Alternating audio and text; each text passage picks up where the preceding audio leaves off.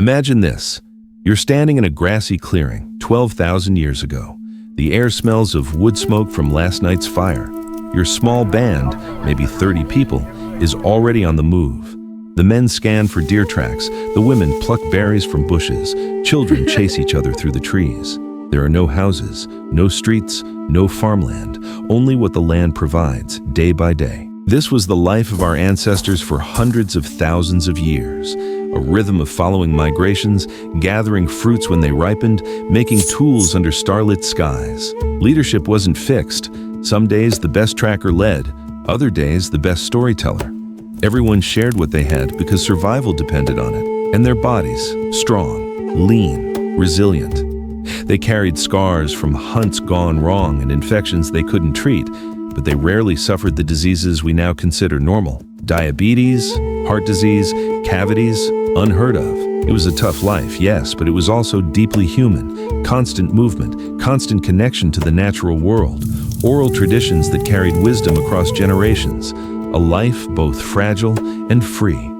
But something shifted, and that shift would forever alter our relationship with food, with the land, and even with each other. So why did humans trade in this roaming existence for a life of fields, plows, and permanent villages? One answer lies in the sky. As the Ice Age ended, about 12,000 years ago, Earth's climate stabilized. Winters softened, summers stretched longer, and plants began to grow more predictably. For the first time, wild grains ripened reliably in the same places year after year. Another answer lies in our own numbers. Bands of hunter-gatherers slowly grew. More mouths to feed meant more pressure on hunting grounds. Rival groups sometimes clashed over the same watering holes or herds. And then there was scarcity. By this point, humans had already hunted many of the great beasts, the mammoths, the giant sloths, into extinction. Forests were thinning. Game animals were harder to find.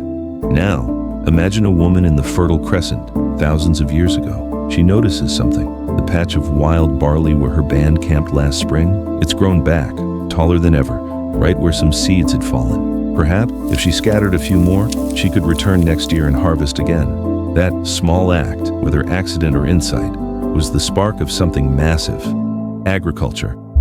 And it didn't happen in just one place. In the Fertile Crescent, wheat and barley. Along the Yellow River in China, rice and millet. In Mesoamerica, maize, beans, and squash. In each case, people independently discovered the same principle: plant, wait, harvest. From that moment on, humanity crossed a threshold. At first, it was experimental. A few plots here and there, maybe as backup food when hunts failed. But farming has a way of pulling you in. Seeds need planting on schedule, fields need protection from pests. And once you've invested a season of labor, you can't just walk away. Villages formed, granaries rose, pottery became essential for storing surplus grain. People domesticated animals, first dogs, then goats, sheep, cattle, pigs. The plow was invented, harnessing the strength of oxen to turn soil more efficiently. Technology snowballed, but so did society. For the first time, my land became a concept. Fences and borders appeared.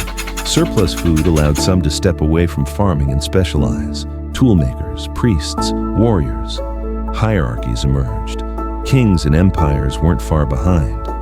What had once been bands of equals transformed into structured societies with rules, classes, and property. From about 10,000 BCE to 3000 BCE, this transformation rippled across the globe. And once a community committed to farming, there was no going back. But here's where the story takes a twist. Farming gave us civilization, but it also cost us something profound. Think about diet. Hunter-gatherers ate a wide variety: fatty red meat, fish, seasonal fruits. Farming narrowed that spectrum dramatically. Whole communities became dependent on a few staple crops: wheat, rice, corn. Carbs skyrocketed, vitamins and minerals plummeted. The effects showed up in their bodies. Skeletons from early farmers reveal shorter statures compared to their hunter-gatherer ancestors. Bones show signs of repetitive stress injuries from hours of grinding grain. Skulls display crowded jaws and cavities from starchy diets. And then came the diseases. Living close to animals exposed humans to new pathogens. Measles from cattle, influenza from pigs, smallpox from livestock. Packed villages turned small outbreaks into epidemics. Here's a striking fact. Our brains themselves shrank. Hunter-gatherer skulls averaged about 1,500 cubic centimeters.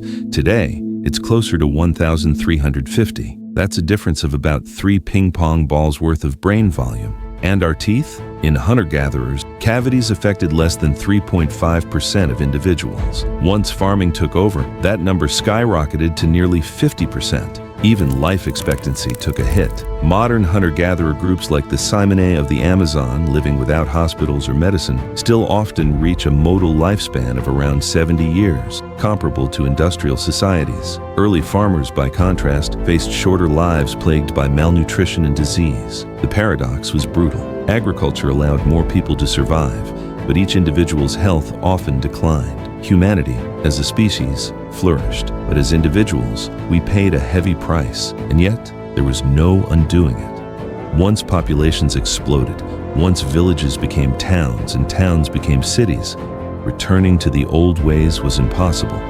Agriculture was a trap, but a trap that sustained civilization. So what does all this mean for us today? The echoes of that ancient revolution still shape our lives. Our bodies evolved for raw meat, sunlight, and resilience.